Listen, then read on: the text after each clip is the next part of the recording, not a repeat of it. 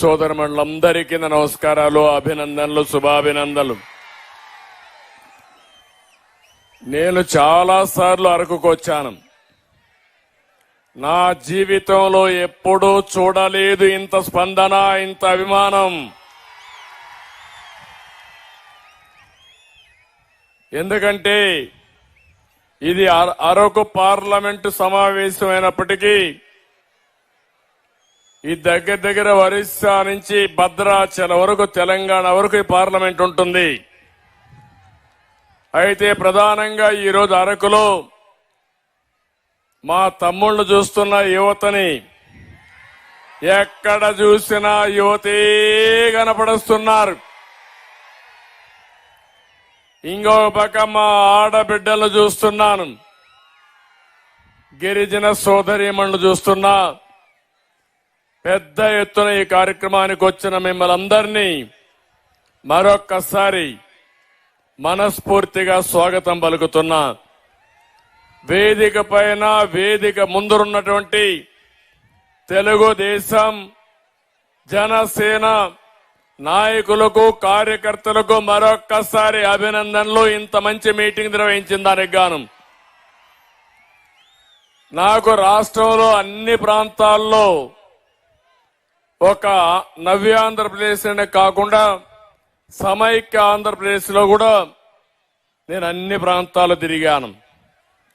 కానీ నాకు నచ్చిన ప్రాంతం, నేనెప్పుడు అభిమానించే ప్రాంతం ఈ అరకు. దానికి కారణం కూడా మీరు చూస్తే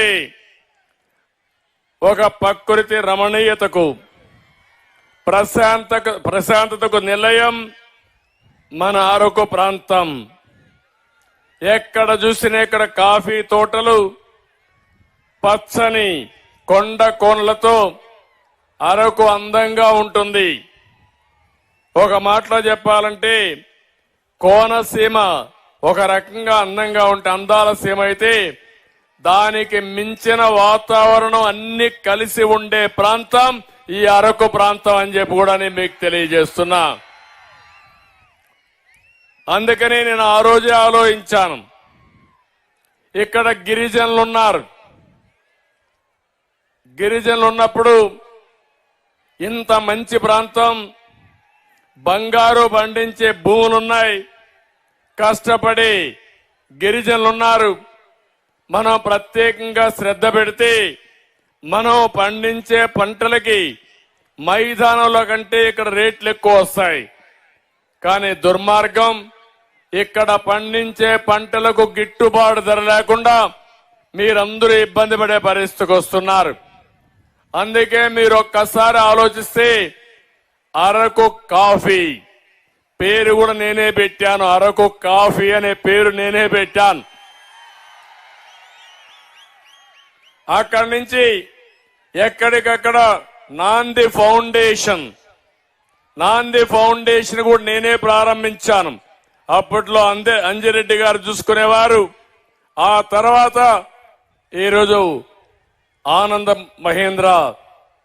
మహేంద్ర అండ్ కంపెనీ CEO ఆయన చూస్తున్నాడు. నేను వారికి ఒకటే చెప్పాను, మీకు ఒక సామాజిక బాధ్యత ఉంది. మా అరకు కాఫీని ప్రపంచానికి పరిచయం చేయండి. దానివల్ల మా గిరిజనుల బ్రతుకులకి మెరుగవుతాయని చెప్పి వారిని కోరాను. అందుకనే ఈరోజు మీరు ప్యారిస్కి పోతే ఇండియా నుంచి పెద్దగా ఉండవు గాని బ్రాండ్లు, మన అరకు కాఫీ ప్యారిస్ లో కూడా బ్రహ్మాండంగా ఉందంటే అది తెలుగుదేశం పార్టీ చూపించిన చొరవ. ఎన్నో కాఫీలున్నా అరకు కాఫీకి ప్రత్యేకత ఉంది. టేస్ట్ లో గాని, అందులో ఉండే మంచి కాఫీ ఇచ్చే గుణాలు ఇక్కడున్నాయి. ఈవెన్ దావోస్ లో అరకుని మనం ప్రమోట్ చేశాం. మనం ఇవన్నీ చేసి బ్రహ్మాండంగా ముందుకు తీసుకుపోతే రేపు ఎల్లుండి ముంబైలో కూడా ఒక అరకు కాఫీ పెద్ద సెంటర్ వస్తా ఉంది. నాకు ఏమాత్రం అనుమానం లేదు, భవిష్యత్తులో అరకు కాఫీని ప్రపంచం మొత్తం తీసుకుపోయే బాధ్యత తెలుగుదేశం పార్టీ తీసుకుంటామని మీ అందరికి విజ్ఞప్తి చేస్తున్నా. నేను అడుగుతున్నా, మనం అరకు కాఫీని ప్రమోట్ చేసి ఈరోజు వైసీపీ గవర్నమెంట్ గంజాయిని ప్రమోట్ చేస్తా ఉంది. నేను ఇక్కడుండే రైతాంగాన్ని తప్పుపట్టడం లేదు. ఎప్పుడైనా సరే రైతులకు పంటకు గిట్టుబాటు ధరిస్తే రైతులు ఏ పంట ఏమన్నా వేస్తారు. కానీ గిట్టుబాటు ధర లేకుండా ఇబ్బందులు ఎక్కువ వచ్చి గిరిజనులు కొంతమంది పెడదారి పట్టే పరిస్థితి వచ్చింది. దీనివల్ల కూడా మీరు చూస్తే ఇక్కడుండే యువత నిర్వీర్యం అయిపోతారు. నేను చూసినప్పుడు ఎక్కడ చూసినా యువతే కనపడ్డారు నాకు. వీళ్ళు గాని ప్రోత్సహిస్తే ప్రపంచాన్ని జయించే శక్తి మన తెలుగు వారికి సొంతం, అందులో మన యువతకే సొంతం. అది నా ఆలోచన. ఒక ఉదాహరణ చెప్తున్నాను మీకు. 25 సంవత్సరాల కంటే ముందు ప్రారంభించాం. నేను ఐటీ తీసుకొచ్చాను, అప్పుడే సెల్ ఫోన్లు తీసుకొచ్చాం. ఈ రోజు నేను వస్తా ఉంటే ప్రతి ఒక్కడూ ఒక సెల్ ఫోన్ పెట్టుకుని నా మీటింగ్ అంతా షూటింగ్ చేస్తూ ఇంట్లో ఉండే వాళ్ళ ఆడవాళ్ళకు చూపించే పరిస్థితికి వచ్చారు. టెక్నాలజీ ప్రతి ఒక్కరికి అందుబాటులోకి వచ్చింది. ఈ రోజు కొండ ప్రాంతంలో ఉండే మనకు కూడా ప్రపంచం మొత్తం అనుసంధానం చేసుకున్నాం. దీన్నే సక్రమంగా ఉపయోగించుకోగలిగితే ఏదైనా చేసే పరిస్థితి వస్తుంది. కానీ ఈ రోజు ప్రభుత్వం గిరిజన వ్యతిరేక ప్రభుత్వం, గిరిజనుల పొట్టగొట్టే ప్రభుత్వం, మిమ్మల్ని పట్టించుకోని ప్రభుత్వం అని చెప్పి కూడా నేను మీకు తెలియజేస్తున్నా. మీరందరూ కూడా మనం నమ్మారు. నమ్మితే నమ్మించి గొంతు కోసిన వ్యక్తి ఈ జగన్మోహన్ రెడ్డి. నేను అడుగుతున్నా ఇక్కడే మిమ్మల్ని అందరినీ, మీకెవరికైనా న్యాయం జరిగిందా అని మిమ్మల్ని అడుగుతున్నా. ఒకసారి గతంలోకి వెళ్ళండి. నేనే గిరిజనులో ఒక చైతన్యం తీసుకురావాలని ఆ రోజు చైతన్యం అనే పేరు పెట్టి గిరిజన సంక్షేమానికి నాంది పలికాం. గురుకుల పాఠశాలలో పెట్టింది తెలుగుదేశం పార్టీ. ఒకప్పుడు మన నాయకుడు ఎన్టీ రామారావు గారు గిరిజనుల్లో చాలా మంది చదువుకుంటున్నారు, కానీ ఇంకా చదువుకోవాలి, టీచర్లు కూడా వీళ్ళు సరిగా లేరు, బయట వాళ్ళు వచ్చి ఇక్కడ టీచ్ చేస్తున్నారనే ఉద్దేశంతో ఆ రోజు బీఈడీ పాస్ కాకపోయినా, టీచర్ ట్రైనింగ్ లేకపోయినా గిరిజన ప్రాంతంలో గిరిజనులకే ఉపాధ్యాయ నియామకాలు ఇచ్చింది ఎన్టీ రామారావు గారు. ఆ తర్వాత 2003లో నేను ముఖ్యమంత్రి అయినప్పుడు ఆలోచించాను. జీవో నెంబర్ 3 తీసుకొచ్చింది నేనే తీసుకొచ్చా. ఆ జీవో నెంబర్ 3 వరకు ఇక్కడ ఉండే ఉద్యోగాలు ఇక్కడ వాళ్ళకే ఇవ్వాలని, టీచర్లు గాని మిగిలిన ఉద్యోగాలు మీకే ఇవ్వాలని నేను సంకల్పించాను. మీరందరూ 2 సార్లు ఓటేశారు కదా అతనికి, జగన్మోహన్ రెడ్డికి. 2014లో వేశారు, 2019లో వేశారు. నేను అడుగుతున్నా, నేనిచ్చిన జీవో నెంబర్ 3ని ఎందుకు రద్దు చేశారో సమాధానం చెప్పే ధైర్యం ఈ ముఖ్యమంత్రికి ఉందా అని మిమ్మల్ని అడుగుతున్నా. ఇది అన్యాయం అవునా కాదా అని మిమ్మల్ని అడుగుతున్నా. ఇది గిరిజనులకు ద్రోహం అవునా కాదా? ఇంకా మీ కోపం రాలా? వచ్చిందా కోపం? ఏం తమ్ముళ్ళు మిమ్మల్ని అడుగుతున్నా, జాబ్ క్యాలెండర్ అన్నాడా లేదా? ఇచ్చాడా ఉద్యోగం? జాబ్ క్యాలెండర్ వచ్చిందా మీకు? ఇంకా ప్రింటింగ్ ప్రెస్ లో ఉంది, ప్రింట్ చేస్తున్నారు జాబ్ క్యాలెండర్. ఎక్కడికి పోతున్నాం? 5 ఏళ్లు అయిపోయింది. ఇంకా రేపో ఎల్లుండి ఇంటికి పోతున్నాడు. ఇంకా మోసం చేయాలని ప్రయత్నం చేస్తున్నాడు. నేను అడుగుతున్నా, సామాజిక న్యాయం గురించి మాట్లాడుతున్నావు. నిన్న అంబేద్కర్ విగ్రహం పెట్టి నేనే సామాజిక న్యాయం చేస్తున్నా, దేశాన్ని ఉద్ధరిస్తానంటున్నావు. నేను అడుగుతున్నా, అరకులో ఒక సవాలు విసురుతున్నా. ఇక్కడుండే గిరిజనులకు జీవో నెంబర్ 3 ఇస్తే దీన్ని ఎందుకు తీసేశారో సమాధానం చెప్పే ధైర్యం ఈ ముఖ్యమంత్రికి ఉందా అని అడుగుతున్నా. ఇది సామాజిక న్యాయమా అని మిమ్మల్ని అడుగుతున్నా. మళ్ళీ ఇప్పుడు ఎవరికి ఉద్యోగాలు వస్తాయి? మైదానం ఉన్నోళ్ళు మన ఏజెన్సీ ప్రాంతానికి వస్తారు.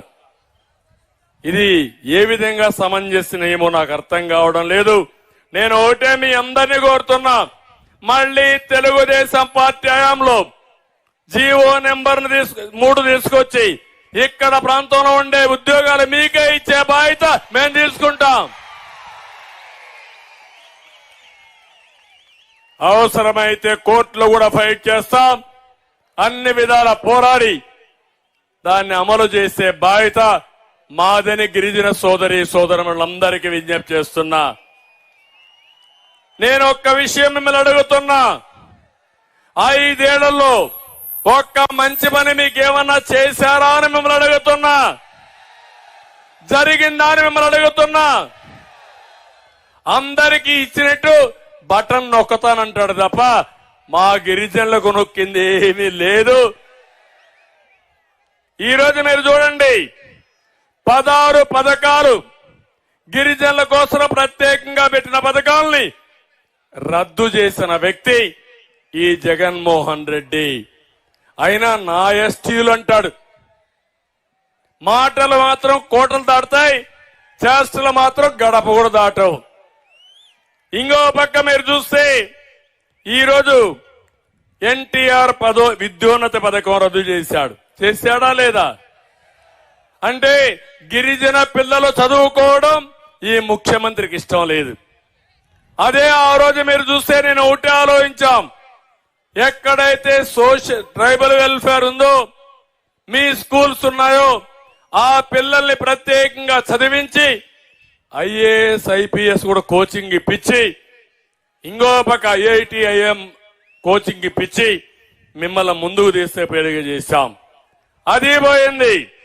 విదేశాలకి గిరిజన పిల్లలు ప్రపంచంలో ఎక్కడ చదువుకోవాలన్నా మీకు స్కాలర్షిప్లు ఇచ్చిన పార్టీ తెలుగుదేశం పార్టీ. అది కూడా తీసేశారు ఈరోజు. ఇంకో పక్క నైపుణ్యం కోసం శిక్షణా కేంద్రాలు పెడితే అవి తీసేసే పరిస్థితికి వచ్చారు. మా ఆడబిడ్డలు పెళ్లిళ్లు చేయాలంటే డబ్బులు లేకుండా అవస్థపడతా ఉంటే నేను ఒకటే ఆలోచించాను, గిరిపుత్రిక కళ్యాణ పథకం తీసుకొచ్చాను. వస్తామందా ఈరోజు? అది ఇస్తున్నారమ్మా మీకు? అది కూడా రద్దు చేసే పరిస్థితికి వచ్చారు. ఆ రోజు మన బిడ్డల కోసం మైదానంలో ఎక్కడున్నా భారతదేశంలో రాష్ట్రంలో బెస్ట్ అవైలబుల్ స్కూల్స్, మంచి స్కూల్లో మన పిల్లల్ని చదివించాలని, వీళ్ళు మట్టిలో మాణిక్యాలు, వీళ్ళు చదివిస్తే అందరితో సమానంగా అంటే కూడా ఇంకా ఎక్కువ ముందుకు పోతారనే ఉద్దేశంతో అన్ని స్కూల్స్ లో నేను అడ్మిషన్స్ ఇచ్చాను. ఇప్పుడు వస్తున్నాయా అని మిమ్మల్ని అడుగుతున్నా, ఒక్కరికి వచ్చాయని మిమ్మల్ని అడుగుతున్నా.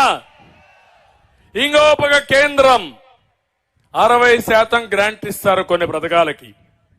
ట్రైకా ద్వారా డబ్బులు తీసుకొచ్చి కార్యక్రమాలు మనం చేయడానికి అవకాశం ఉంది.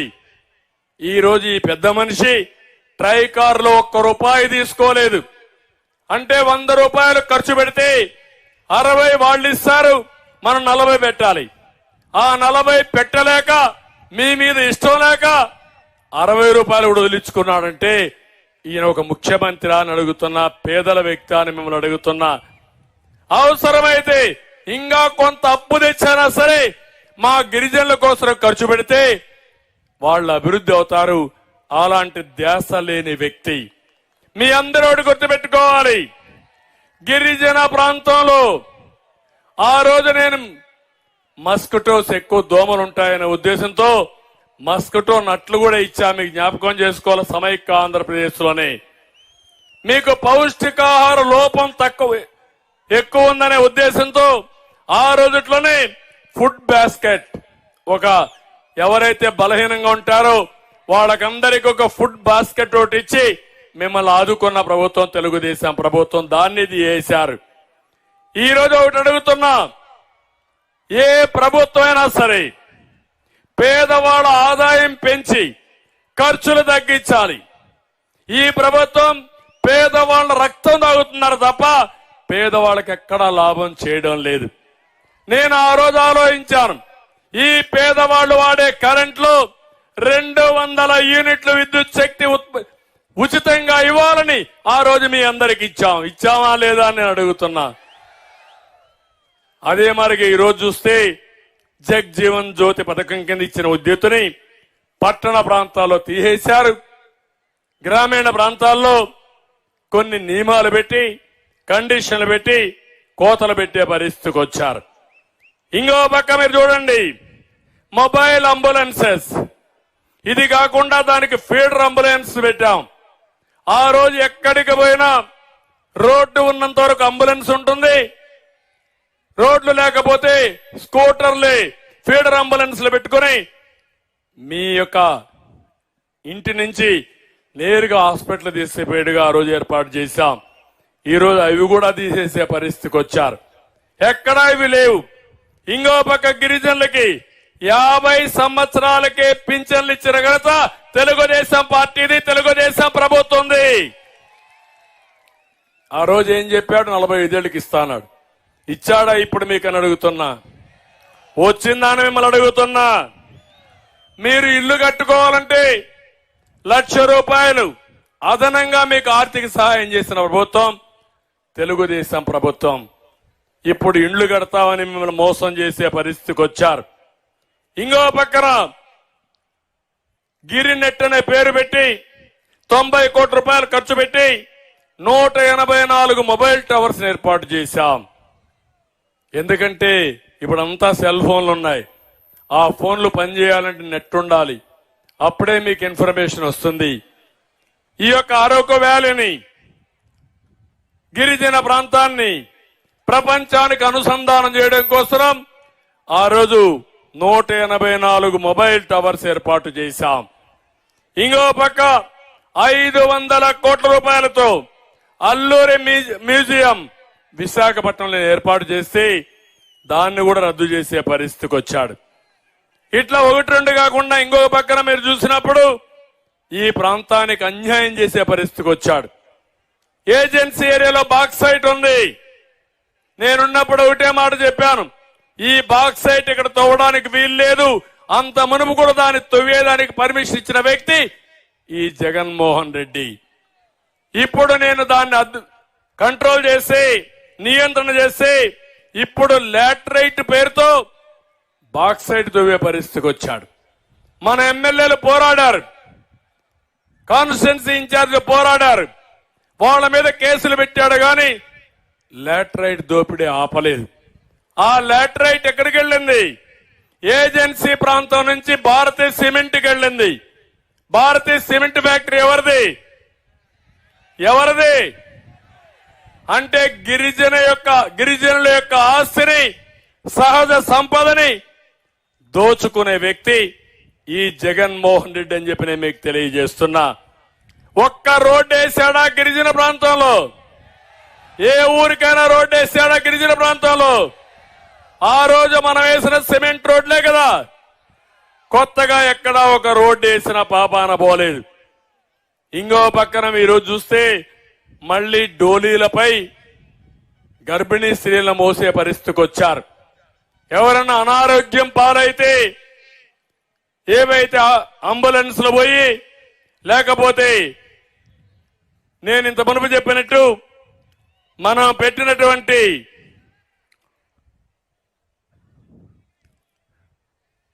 ఫీడర్ అంబులెన్స్లు పోయి మళ్ళా డోలీనే మీకు గతి అయింది. మొన్నే శ్రీంగవరపుకోటలో చిట్టంపాడుకు చెందిన గంగుల భార్య బిడ్డ వైద్యం కోసం వస్తే వైద్యం అందకపోతే ఇద్దరు చనిపోయారు. ఇంటికి తీసుకుపోవాలి శవాన్నని ఆ భర్త ప్రాధేయపడితే కడాన అంబులెన్స్ పంపేలా వెహికల్ రాకపోతే స్కూటర్ పైన ఎక్కించుకుని ఆ శవాన్ని ఇంటికి తీసుకుపోయాడంటే ఎంత అవమానమో ఈ నాగరిక ప్రపంచంలో ఒక్కసారి మీరు ఆలోచించుకోవాలి. ఇటీవల నేను పేపర్లో చూస్తున్నాను, బాధ ఉంది, నిస్సహాయాన్ని. కొంతమంది ఆడబిడ్డలు డెలివరీ వస్తే వాళ్ళని తీసుకుపోవాలంటే వెహికల్స్ లేకపోతే నేరుగా వాళ్ళని మోసుకొని పోతా ఉంటే రోడ్డు పైనే డెలివరీ అయిన సందర్భాలు ఉన్నాయి. ఏంటి ఈ అనాగరికం?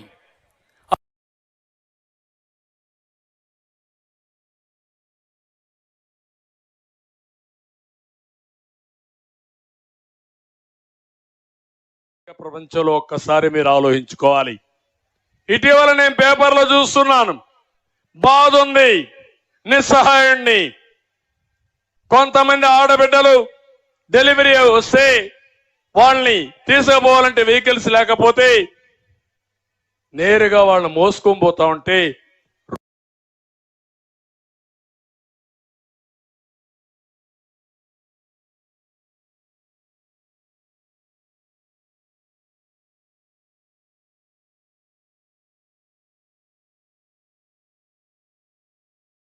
ముఖ్యమంత్రి చేసింది చూస్తా ఉంటే చాలా దుర్మార్గంగా ప్రయత్నించే పరిస్థితికి వచ్చాడు, బాధాకరంగా ప్రవర్తించే పరిస్థితికి వచ్చాడు. ఇంకో పక్కన మీరు ఒక్కసారి గుర్తుపెట్టుకోవాలి, ప్రతిరోజు ఈ ముఖ్యమంత్రి మాట్లాడుతున్నాడు, ఉదయం నిద్ర లేస్తాను నేను బటన్ నొక్కుతానంటాడు. ఆ బటన్ నొక్కుడు వల్ల మీకు లాభం వచ్చిందా అని మిమ్మల్ని అడుగుతున్నా. అంటే ఆయన నొక్కే బటన్ ఒకటి, ఆయన బొక్కే బటన్ ఒకటి. ఆయన దోచేది ఎక్కువైంది, మనకిచ్చేది తక్కువైపోయింది. మీరు ఒక్కసారి చూడండి, నిత్యావసర వస్తువుల ధరలు. ఏమమ్మా ఏదైనా కొనే పరిస్థితిలో మీరున్నారా అని మా ఆడబిడ్డలను అడుగుతున్నా. అన్ని ధరలు పెరిగాయా లేదా? పెట్రోల్ 76 రూపాయలుంటే ఈరోజు ధర ఎంత? 111. డీజిల్ 70 ఉంటే ఈరోజు 99. బియ్యం 40 ఉంటే ఈరోజు 60 రూపాయలు. కందిపప్పు 87 ఉంటే ఈరోజు 160. చింతపండు 122 నుంచి 240. మినపప్పు 79 నుంచి 160. పంచదార 20 నుంచి 26 నుంచి 46. వంట నూనె 60 నుంచి 130. ఎల్పిజి గ్యాస్ నేనే దీపం పెట్టా, వంట గ్యాస్ ఇచ్చా. ఈరోజు ఎంతమ్మాది? 726 నుంచి 1175 రూపాయలు. మా ఆడబిడ్డలందరూ వంట గ్యాస్ కట్టేసి మళ్ళా కట్టెల పోయిపోయే పరిస్థితికి వచ్చారు. నాగరిక ప్రపంచంలో మనం ఉండి రాతి యుగంలో పోయే పరిస్థితికి వచ్చాం. ఇంకో పక్క మీరు చూడండి, కరెంటు ఛార్జీలు. ఒకప్పుడు 200 రూపాయలు, ఇప్పుడు ఎంత కరెంటు ఛార్జీలు? 1000 రూపాయలు.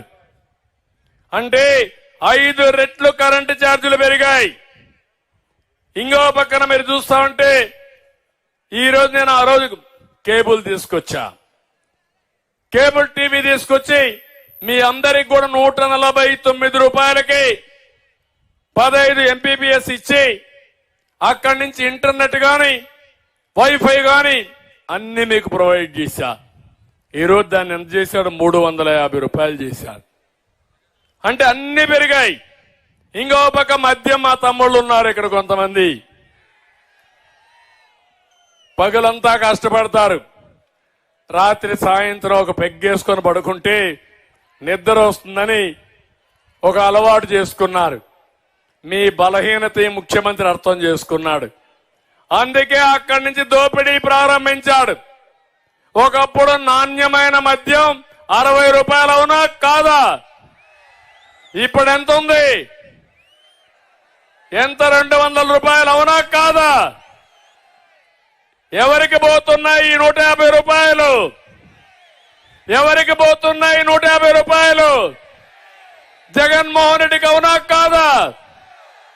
ఎక్కడైనా నాకే అర్థం కాలే, ఎప్పుడు నేను ఈ పేర్లు నాకు తాగుడు అలవాటు లేదు. బూమ్ బూమ్ అంట, ప్రెసిడెంట్ మెడల్ అంట, స్పెషల్ స్టేటస్ అంట. ఏం తమ్ముళ్ళు ఎక్కడన్నా విన్నారా ఈ పేర్లు? అన్ని జగన్మోహన్ రెడ్డి మాయ. ఆయన బ్రాండ్లీ, అవే ఆయనే మ్యానుఫ్యాక్చరింగ్, ఆయనే హోల్సేల్, ఆయనే రీటైల్. కడాన మీ ఊర్లో బ్రాందీ షాపులో ఆ బ్రాందీ అమ్మే వ్యక్తి కూడా ఆయన మనిషే. అవునా కాదా? ఎక్కడికి పోతున్నాం అంటే పేదవాళ్ళ రక్తాన్ని తాగుతున్నాడు. మీ ఆరోగ్యాన్ని పట్టించుకునే పరిస్థితులు లేడు. మీరు చనిపోయినా సరే ఈరోజు రాష్ట్రంలో నాణ్యత లేని మద్యం వల్ల 35 లక్షల మంది అనారోగ్యం పాలైపోయారు. 30,000 మంది చనిపోయే పరిస్థితికి వచ్చారు. ఇంకో పక్కన చాలా మంది ఆర్థికంగా చితికిపోయే పరిస్థితికి వచ్చారు. ఇన్ని జరిగిన ఈ ముఖ్యమంత్రిలో మార్పు లేదు. ఇతను ఒక జలగ మారిగా తయారయ్యాడు. ఈ పేదవాళ్ళ రక్తాన్ని తాగడానికి, మిమ్మల్ని నాశనం చేయడానికి, మా ఆడబిడ్డల మంగళసూత్రాన్ని తెంపడానికి వచ్చాడు తప్ప మనల్ని ఉద్ధరించడానికి కాదని చెప్పి కూడా నేను మీకు తెలియజేస్తున్నా. ఇవన్నీ కూడా మీరు ప్రజా వ్యతిరేక కార్యక్రమాలు చేశాడు. స్వార్థం తప్ప ఎక్కడా ప్రజాసేవ లేని పరిస్థితికి వచ్చాడు. ఇప్పుడు కొత్తగా మాట్లాడుతున్నాడు. నేను 3 రాజధానులు అంటాడు. విశాఖపట్నం పైన ప్రేమ అంటాడు. విశాఖపట్నం పైన నాకంటే నీకేం ప్రేమ లేదు. విశాఖపట్నాన్ని అభివృద్ధి చేసిన పార్టీ తెలుగుదేశం పార్టీ అని చెప్పి నేను మీకు తెలియజేస్తున్నా. ఈయనకు విశాఖపట్నంలో ఆస్తుల మధ్య ప్రేమ. నేనెప్పుడో 2003లో రామానాయుడు స్టూడియో వస్తే హైదరాబాద్ మారిగా విశాఖపట్నంలో కూడా షూటింగ్ జరుగుతుంది, ఇక్కడ అభివృద్ధి అవుతుందని 35 ఎకరాలు ఇచ్చాను. అక్కడి నుంచి కొన్ని ఫ్లోర్లు వాళ్ళు కట్టుకున్నారు. ఇతను వచ్చి దాంట్లో వాటా అడిగాడు. 15 ఎకరాలు వారగా తీసుకున్నారు. పర్మిషన్ ఇచ్చి లేఅవుట్ వేశారు. లేఅవుట్ వేస్తే నేను సుప్రీంకోర్టు పోతే సుప్రీంకోర్టు చాలా స్పష్టంగా చెప్పి ఇది తప్పు, మీరు కూడా కౌంటర్ ఫైల్ చేయండి, ఇది ఇవ్వడానికి వీలు లేదని స్టే ఇచ్చారు. అంటే మీరందరూ గుర్తుపెట్టుకోవాలి, ఈ జగన్మోహన్ రెడ్డికి విశాఖపట్నమైన ప్రేమ కాదు, అక్కడ భూముల పైన ప్రేమ, ఆస్తుల పైన ప్రేమ, దాన్ని దోచుకోవడానికి వచ్చాడు తప్ప ఈ ప్రాంత అభివృద్ధి కాదని మరొకసారి మీ అందరికీ తెలియజేస్తున్నా. మా తమ్ముడి చేత రిషికొండ ఏమైంది? బోడిగుండు. అవునా కాదా? రేపు ఇక్కడికి వచ్చాడంటే అరకులో ఏ కొండ ఉండదు, ఇంకా అన్నిటికీ గుండు కొట్టేస్తారు. అదే జరుగుతా ఉంది. అక్కడ లేటరైట్, అక్కడ KGF మరి తయారు చేశాడు, KGF 3. ఎక్కడికి పోతున్నాడో నాకైతే అర్థం కావడం లేదు. ఇలాంటి చేస్తే ఈరోజు విశాఖపట్నం కూడా ప్రజలు భయపడిపోయే పరిస్థితికి వచ్చారు. అందుకనే నేను మిమ్మల్ని అందరినీ ఒకటే కోరుతున్నాను. ఈరోజు పోలవరం తమిళలో ఆ పోలవరాన్ని గోదావరిలో ముంచేశాడు ఈ ముఖ్యమంత్రి. ఇక్కడ ఉండే గిరిజనులు ఉన్నారు, పోలవరం ముంపు మండలాలు ఉన్నాయి. ఆ రోజు నా మీద నమ్మకంతో 7 మండలాలు తెలంగాణ నుంచి ఆంధ్రప్రదేశ్కి ఇస్తే ఆ 7 మండల వాసులు కూడా ఎక్కడా గొడవ చేయకుండా పర్వాలేదు, మా భూములు పోయినా మాకు న్యాయం జరుగుతుందని చెప్పి సహకరించారు.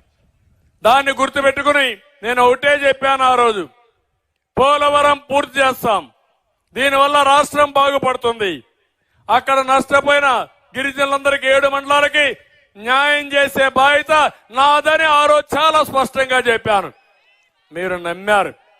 ఈరోజు హామీ ఇస్తున్నా, పోలవరం ముంపు ప్రాంతాలకి ఒక ప్రత్యేకమైన జిల్లా పెట్టి వాళ్ళని పూర్తిగా ఆదుకునే బాధ్యత తెలుగుదేశం పార్టీది. ఇంకో పక్క బాధ, పోలవరం ప్రాజెక్ట్ ఈరోజు చూస్తే 72% మనం పూర్తి చేసి డయాఫామ్